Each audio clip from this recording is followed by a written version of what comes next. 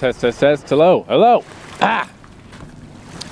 Welcome to How to Write a Novel. So, I've done a lot of different podcast projects in my life, different various shit, but I've never done one every day. And we're pretty deep in now. We're like over a month in. And it's interesting that I'm starting to learn things on various different levels about myself through this little process. It's weird to see yourself reflected back every day. I think it's actually kind of handy. I think it's kind of neat. I would almost sort of recommend this, even if just for a month, to do like a little audio journal of what's going on in your life, and just to have it reflect back on you, to wash back like these waves that are currently lapping against the shore, because you get to see things, see little patterns. So on the big level, there's that podcast from a week ago or so where I was super upset about the weather, and I was freaking out because I hated the darkness and the rain, and I was like, I gotta get out of here. And I think that's just kind of interesting to see that, on that day, I was done. I was like, if I was rich enough to just buy a plane ticket and leave and go wherever I wanted, I would have left the next day. I was like, I'm done with BC, I can't do it. But since then, it hasn't been so bad. And I'm like, all right, so that's a good lesson. It's like, I have made a fair number of life decisions in my life based on those days. Like, those are the big tent poles. Those are the days where I'm like, fuck it. Now I see the truth. Time to go. But if you make it through that day, maybe it won't be as bad a week later, even a few days later. On the other hand, sometimes it is. Sometimes it is a big time signal that, you've been ignoring the truth and that things gotta change. But, so that's the thing. So that's the macro level. On the micro level, man, this maybe people, I guess it depends on if you noticed or not from yesterday's podcast. Mouth noises, the little clicky mouth sounds from a dried out, sticky mouth. Holy shit. If you didn't notice, then I don't know what the term is for you, just a person, I guess. If you did notice, maybe you're one of my fellow misophoniacs, where that makes us nuts. I hate little noises like that. And it was ridiculous yesterday. I got this ham and cheese sandwich from Tim Hortons that was slathered in this weird ranch stuff, and I don't know, it was just, and then I had a coffee with 2 cream, which is not the same as water. Basically my mouth was all gummy and sticky, and that thing was a click machine, that podcast yesterday. I mean, it just happens sometimes. I don't know, it's not really avoidable that the human voice make weird little noises. It's still happening now, but it was like a machine gun yesterday. It was just crazy listening back. I'm like, this is insane. But there was nothing I could do. I tried automatic click reducers, but those weren't sensitive enough to pick them up. I tried going through by hand and removing them, but that wasn't working either. It was just absurd. And I'm like, well, it's just gonna have to be how it is. So yeah, if that kind of thing annoys you like it annoys me, I apologize about yesterday's podcast. Just gotta have a goddamn bottle of water on me. Coffee does not replace water. I think that's, I guess, even beyond just sound recording, I think that's probably good advice to follow from a basic human health standpoint. But what I thought was extra interesting about yesterday's podcast is it made me realize that apparently there are days when I am exhausted. I am just so exhausted. And I don't realize it. Which sounds weird, but that's how it was. It's like I woke up yesterday, I technically got enough hours of sleep. It was a nice day. I'm like, yeah, let's get up, let's go do stuff. But then an hour later, by the first time I tried to record a podcast yesterday, it actually took 2 tries, because the first time, within the first minute, I had forgotten 2 words. And I just stopped. I'm like, what the fuck is happening, man? This is an absurd level of forgetfulness and of my brain not being at full capacity. Wasn't even at half capacity. I'm like, what the fuck? And then the podcast, upon review, I didn't really realize while I was doing it, but man, very clearly kind of downbeat and not exactly high energy. And I hid a little outtake in yesterday's podcast. If you listen to the song at the end, I added in an outtake clip where I just went on this rant about how much I hate people that complain about, oh, don't talk about the weather, don't talk about kids, it's boring. And I was like, fuck you, you're boring, fuck you. And it was just like, what are you getting mad about that for? And the whole podcast in general, like, let's just take a 20-minute dump on the movie Adventureland, which it certainly does not deserve. But yeah, it's funny to listen back and to just be like, man, I was grumped out. I was low energy, I was tired, I was ornery, and I had no idea. I think I'm gonna start doing that, by the way. If I have a little outtake stuff, I'll hide it at the end. I'll hide it in the music. So if you're interested in that type of nonsense, make sure you listen to the song. Maybe there'll be a bonus, maybe there won't. But it really made sense when I listened to the podcast yesterday and realized, like, oh, and now also, I guess because I know my own voice, I know my own tone of voice. When I was talking about Lost in Translation and that scene where Bill Murray tells Scarlett Johansson that he's not worried about her, I could hear the little quaver in my voice of like, this guy's getting a little choked up. He's getting a little emotional about this scene from this movie. I know that sound. Everything was pointing like a million fucking lit up arrows, neon arrows of like, this guy's tired, this guy needs to take a nap. But I really didn't know. It's like when you babysit a kid and they're like just freaking out and upset about everything and they're like overtired, but they don't want to admit it or accept it. They just want to keep running around. But once you finally get them to take a nap, then everything's better. So I thought that was interesting because I'm like, I wonder how often that happens to me. How often am I just a shit show walking around the earth without really realizing that that's the problem, that I need to just take a rest? Of course, even if I realized, I mean, at that point, it's like an hour to get back home and then to take a nap in the middle of the day. Maybe that's not even advised. Might just make things worse in the long run. So, I mean, I don't know what I would do about it. But it's just funny that I was unaware. I try to be relatively aware of myself. But that made a lot of sense when I listened back and I'm like, I see what's going on. This is the chronicle of an overtired man. Because that made what happened the rest of yesterday make a lot more sense. So let me tell you about the odd tale of yesterday and how I got a bunch of writing done in an extremely weird way that I don't intend to repeat on the reg, but it was something. It worked. So after I did that podcast, I again, just so many signs that I was tired. I took a different route on this little mountain path that I walk on a lot. And I had to stop 2 times on the way up this mountain. I mean, it's like, it's a hill. It's a pretty big hill. And I'm not like a cardio machine or nothing. But it was unusual to have to stop at all. And especially to have to stop twice.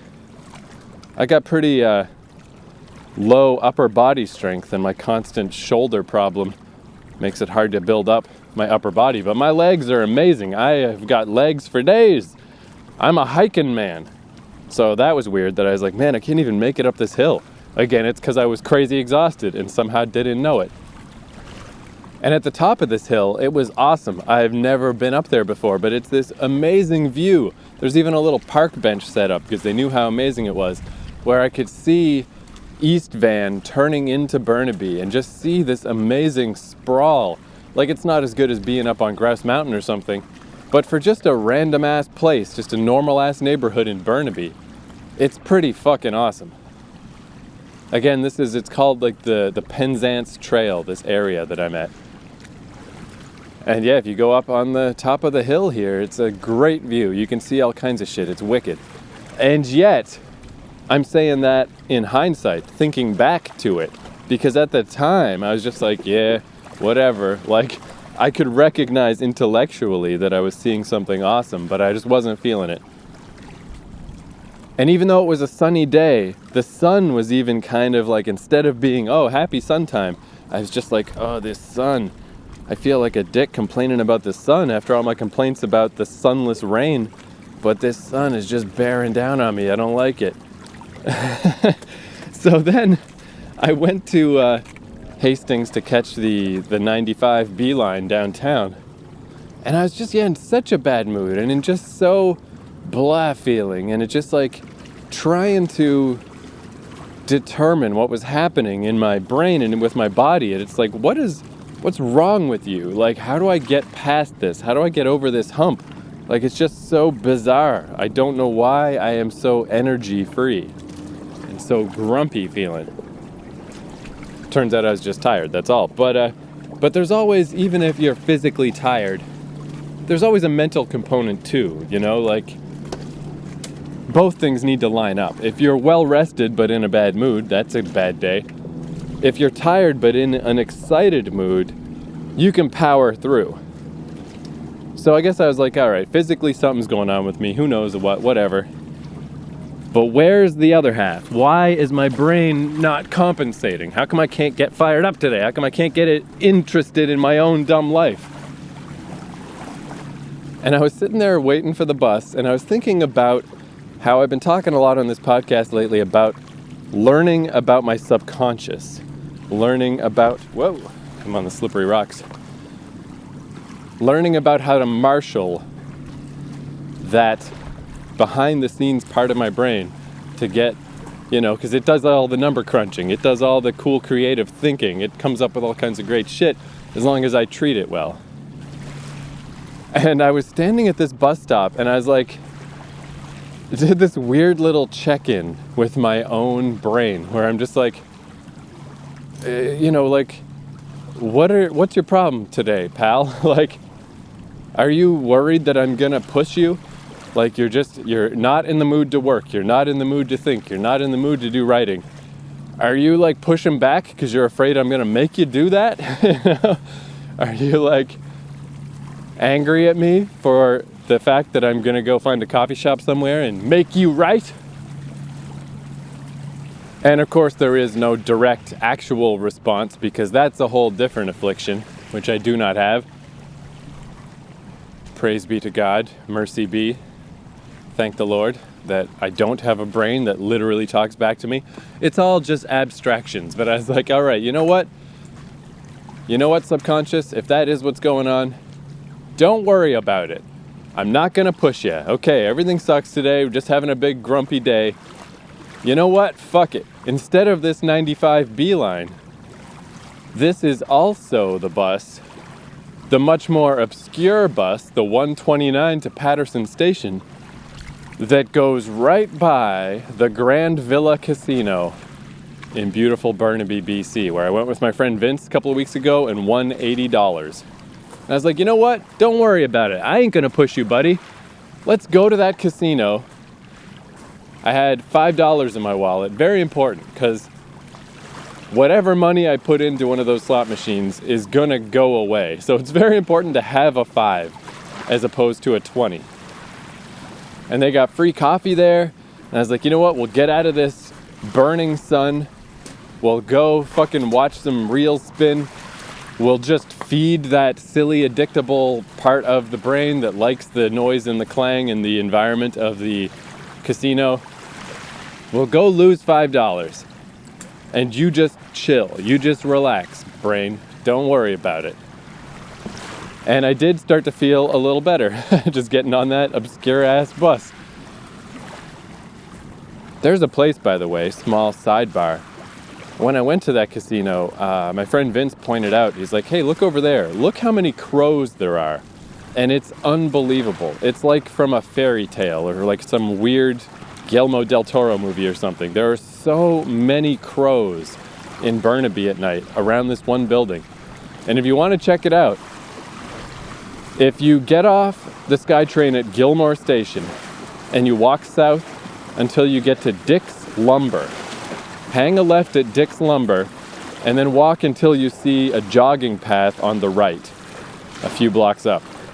If you walk down that path, there are, no word of a lie, at least at night anyway, I don't know where they go in the day. At night, there are like 800 crows in the trees on this path. Every tree you look at, every branch is filled with crows. And then as you go through this path, they get rustled and agitated and they swoop around and they swoop down and it's like scary. I'm like, dude, if these things could all work together in the manner of a Hitchcock film, they could easily beat the shit out of me. And luckily they don't have that kind of coordinated thought because they all were just individually agitated flying around. I didn't get attacked by any birds, but it's like really creepy. It's like, this is fucked up. How are there this many birds? Hundreds of birds. It's very strange and disturbing. And if you're a big Addams Family fan, I recommend it. It's fucking creepy and kind of cool. And then it comes out onto a highway, and good luck with that. But let me tell you about this casino. So the time I went with Vince that I won $80, I didn't really, I guess I won like 55 because I had to put in money. And I won right at the end, just as Vince was ready to go, which is probably the only reason I actually left with the money, is because I won right as he texted me. He's like, come meet me at the fountain. And I'm like, whoa, hold on, I just won a bunch of money. But that, because this was like, I didn't know this casino was here. I'd rarely been to casinos in the past. I don't really understand casinos. And I was just like, I don't understand this. It's like a little bit neat to feel like I'm in the movie Go or in the game Sleeping Dogs or something. But I just lost like $25. Like, what am I doing here? There's no skill to this game even. How do you win it? How do you game it? How does this work? This seems really dumb. Until I won $80, and then this is all extremely just predictable gambler behavior. Because then it kind of got caught in my mind. I'm like, well, let me look into this a little. And I went on YouTube and looked up gambling hints and tips and stuff. Just I wanted to confirm, like, is this really as brain dead as it seems? And it is. You know, you can't win with these things. You know, it's totally random. It's all digital. There's no skill at all. And there's even a little, if you touch the little about part on the touch screen, it's so clear where it's just like, hey, make sure you pick an amount you're going to play. Don't go beyond that. And consider that money the cost of just being here and having fun with these gambling machines.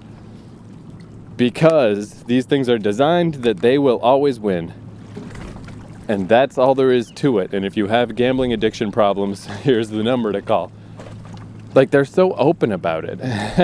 And I did go back. I went back a couple other times where I'm like, well, let me just go check it out and see. And yeah, I lost $15 and then I lost $20. And I was like, all right, yep. They're not kidding. That's how it is. And it gets kind of, the only reason I lost so much the second time, whoa, is because I did intend to just spend $5. Because if you're really slow and you just bet like a penny or two at a time, eventually you'll win. Eventually you'll get $5 up, maybe $10 up, but it is like at the rate of like $5 or $10 an hour. It's really slow, it's really boring, it pays less than a job would pay. And I just got bored. I'm like, this isn't fun anymore, this isn't paying off, this environment instead of being fun is getting boring. Let me crank it up. Because like when you get those big hits and it's like, whoa, I just won $4. But who cares? You know, $4. I mean, $4 is an amazing return on 1 cent. But what if that had been 20 cents? What if that had been 50 cents? What if that had been $2? Now that would have been something. That must be what I did when I won the 80. I presume I was just trying to burn through my money because Vince was like, we got to go. And one of those big bets accidentally hit. Because I think that was actually the maximum for that machine. That was the big payout, was the $80. And it's like, even the big payout, $80, that's not that big a deal.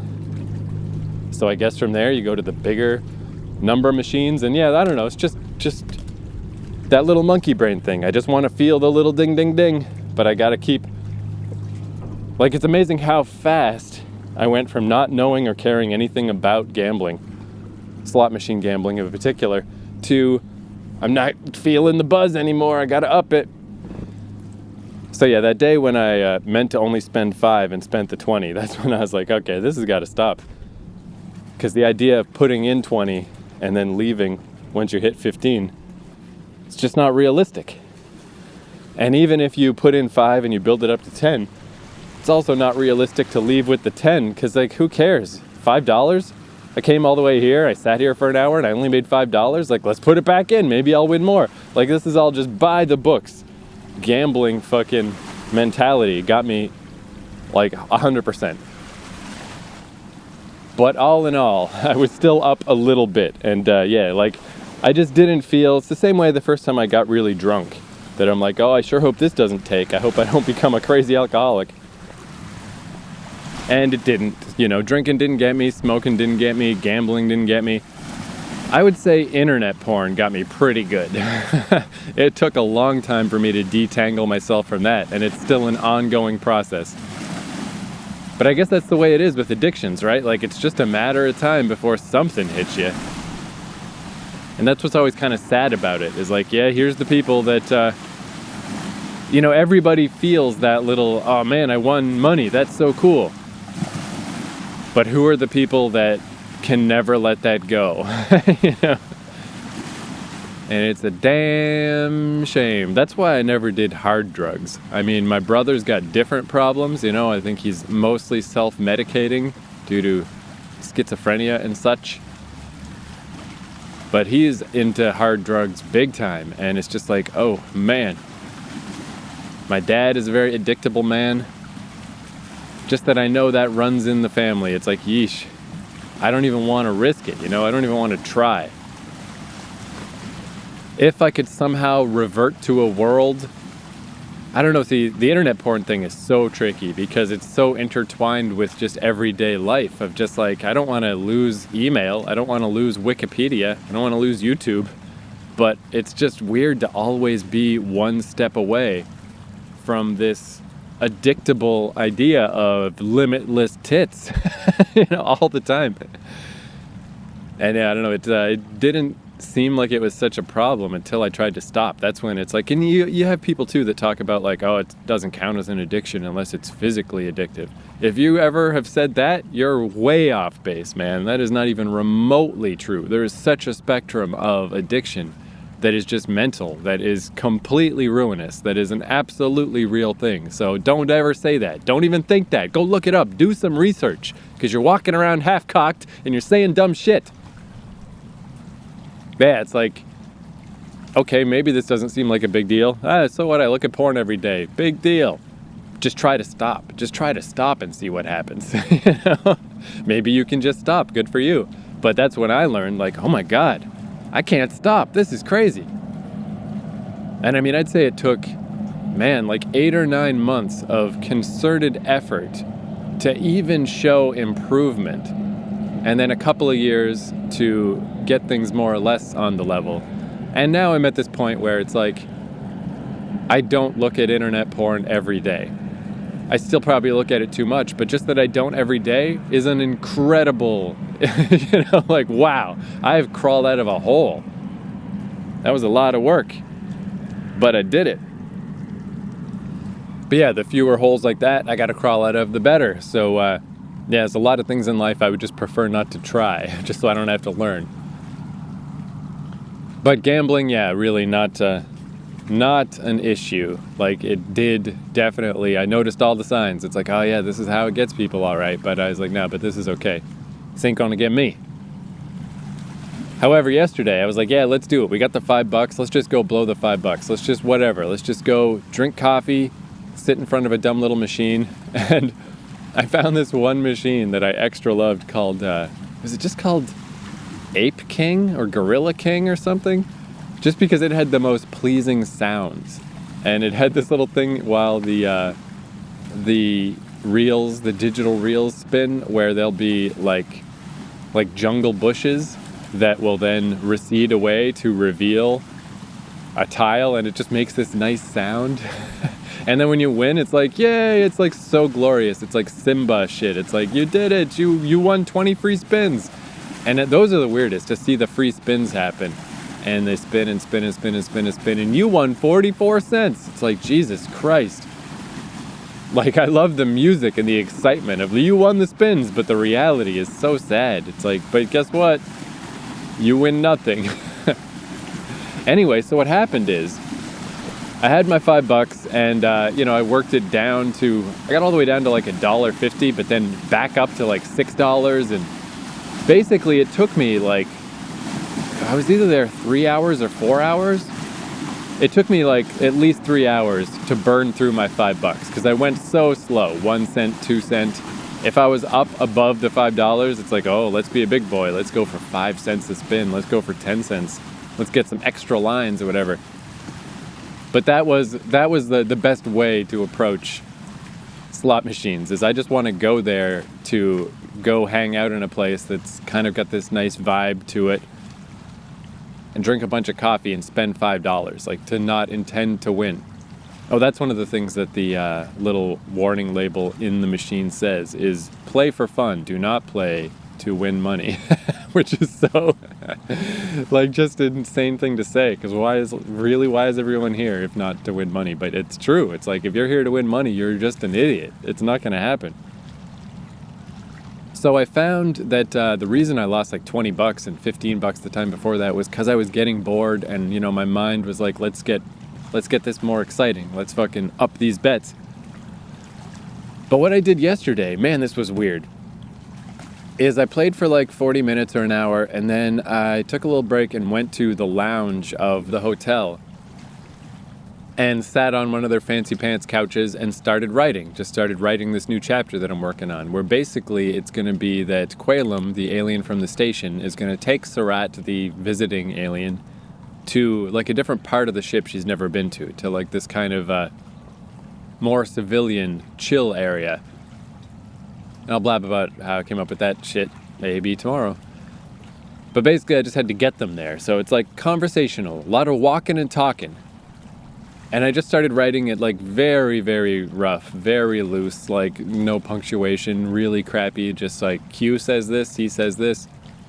Literally just Q space words, C space words, like a fucking, I don't know, like a play or something, but real shit. And that, I wrote that stuff for like 10 minutes, got my brain going on that. And that's when my brain, it was like, hey, there you go, brain, right? We eased in. I didn't push you. I didn't force you. We just did this because, hey, we're a little bored of gambling. Let's take a little break. And then I got my brain onto that track, and my brain was like, oh yeah, that's fun. Writing shit, that's fun. So what I did for the next like 2 or at least 2 hours, obviously I lost track of time in there because I can't remember how long I was in there, but I just went to different machines, every time I'd be down $1, up $1, it's like, all right, let's just go to a different machine. And I would sit at the machine and write, like, okay, let's do a spin and let's write a little thing, and let's do a spin and let's write a little thing. And it was like the reverse. Instead of my mind being focused on the slot machine started getting in the way, like, oh, I gotta spin again, okay, because the machines, if you sit there for too long, they'll bring up like a row of question marks at the bottom that you have to manually dismiss, of just like, hey, are you there? Someone else could be here putting in pennies. What are you doing?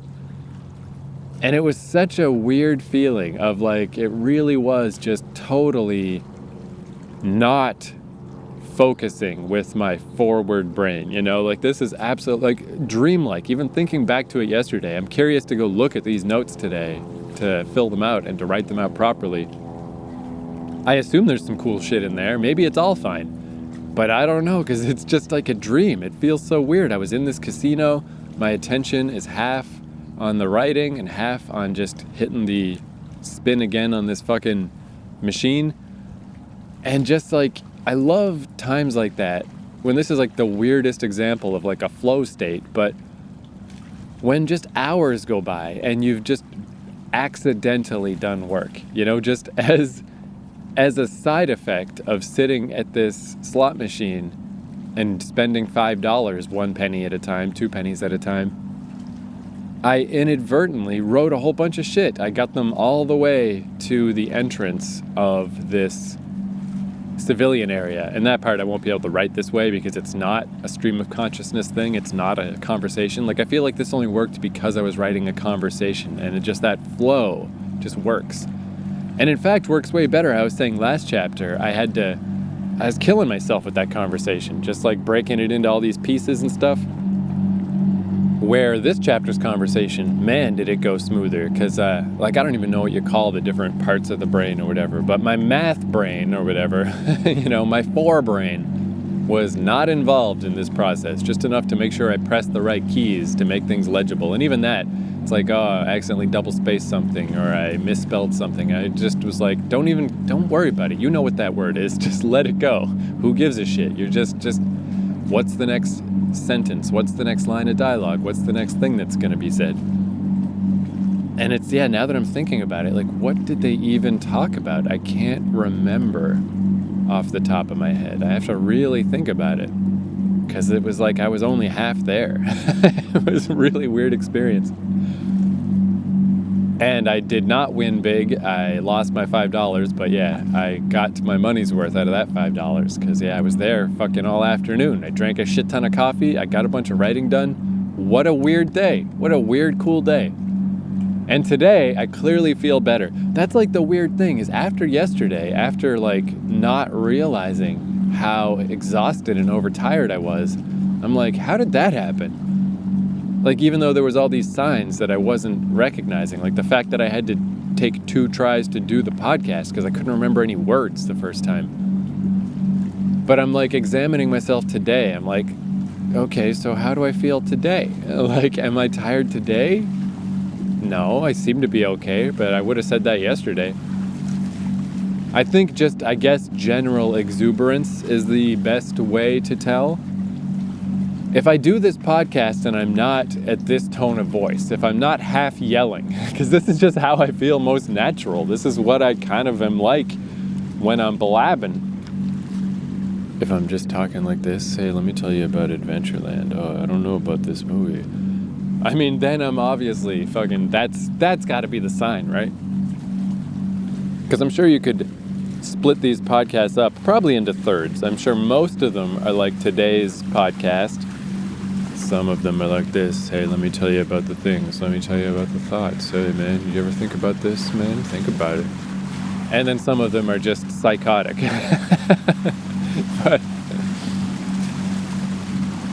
but it's something I'm gonna keep tabs on now. It's interesting. It's good to know that about myself, I guess. If I can gauge better what kind of physical shape I'm in, or mental shape I'm in, or combination of the two on a given day, maybe that will help me regulate the throttle of my subconscious. So, all right, there's today's episode. Because the casino, particularly because I'm in British Columbia, which has a huge Asian population, and that particular casino, the Grand Villa in Burnaby, is a super duper Asian population. So it really makes me think of that game Sleeping Dogs, which is a fucking wonderful video game. 10 out of 10, fully recommended. I love it. So let's play a song from the Sleeping Dogs soundtrack. I don't know which one, whatever. I'll pick a cool one. Thank you for listening. And I just had a dumb bonus thought, so stay tuned for a dumb bonus thought if you're interested. And I'll talk to you tomorrow. It's time to leave this awful place. You can walk for miles and not see a smile, and no one knows a different way, because it's been a while. It's perfectly tired.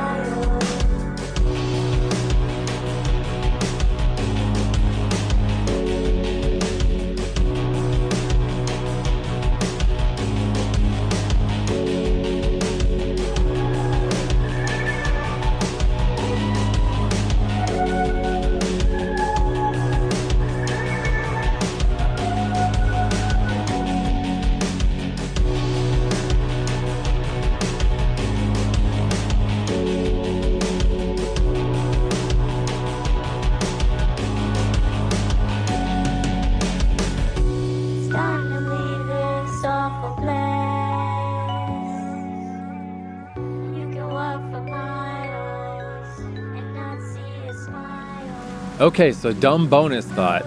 I was blabbing at my last Airbnb. I was having like a run of 2 or 3 days when I had bad insomnia and I couldn't sleep. And I was considering whether or not it had to do with the temperature. And I think partially it did. That house was very warm, just like way too hot. I don't know how people sleep when it's hot, like when you're sweaty in your bed. I don't know what that's all about. Who thinks that's pleasant? And I grew up on the frigid east coast of Canada where it's very cold, so I'm very used to it being cold. I'm more comfortable when it's cold. So this new Airbnb, that's not an issue because these guys love turning off the heat at night. Very thrifty. It's fucking cold at night. But that's way better. I like it way more. So I was thinking my little outfit that I sleep in when it's cold, because that's one thing with going to different Airbnbs is you never know how outfitted your room is going to be. There might be a lack of blankets. There might not be backup blankets to go to. And since all of my clothing, all of my possessions fit in this one book bag I've got, I don't have a lot of backup stuff. I don't even have long underwear and stuff because mostly I don't need them out here, out west. So what I do sometimes when I go to sleep is I do keep my pants on, and instead of socks under the pant legs, I just put my socks over my pant legs because I don't know what it is. Maybe it's because when you walk around in the day, it doesn't have the same effect. But I find if I have socks on and I just sleep with socks on all night, it's like creepy the next day when you see how much they've kind of dug into your skin, like the indentation on your skin of these socks. So I just put the socks up around the pant legs instead to ease the constrictive pressure. But basically all that is, just, sleep in your clothes. There you go. Put some blankets on top of your normal clothes and you're snug as a bug, nice and warm. Because that's the trick, is like, I like it to be cold, but I don't like to be cold, It's like when the room is cold and then I am warm. And I looked it up, and that is like the natural way it's supposed to be. That's what signals to your body that it's time to sleep. So don't turn on your heat at night, you fucking psychos. I don't know who does that, but don't do it. It's just weird. It's very bizarre behavior, and you shouldn't do it. You'll sleep better if it's colder. Or at least I do. Whatever. I can't tell you how to live your life. As much as I try. But what I noticed, what I wanted to say is, so I got my hair buzzed off, at some point relatively recently. And man, not having hair really makes the head cold. It really leaves your head cold. Because hair is like a nice little bird's nest on the head, Retains heat. It's very nice. So what I discovered, this little technique, because, I was like, well, I could just wear my hoodie, but sometimes it's too much to wear my hoodie under my blankets. So I've just got the hood of the hoodie on, but then just this whole hoodie trailing off my head, and that's just awkward because then you can't really move around in bed and stuff. What I discovered is if you take a t-shirt and you take the neck hole of the t-shirt and put it over the crown of your head, like upside down, like just put the t-shirt around your ears and around your forehead. So you've got a t-shirt on the top of your head. It's awesome because it keeps your head warm, and it's like hair. It's like you have this t-shirt hanging from your head now, and it's like you have long, luscious locks. It's like you have t-shirt hair. And it's great. I don't know. It's just like, there we go. That's the warmth I'm looking for. And it's just this weird feeling. I was one of the ill-advised gentlemen who had long hair when I was in high school. And it kind of reminded me of that. I'm like, oh, there it is. There's that weird feeling. I'm like Conan. I'm like a barbarian. I have long hair and I shall slay. So that's the bonus bit. Just, you can put a t-shirt on your head and it keeps your head warm. And it's like you have fake hair. All right. Thanks again. See you tomorrow.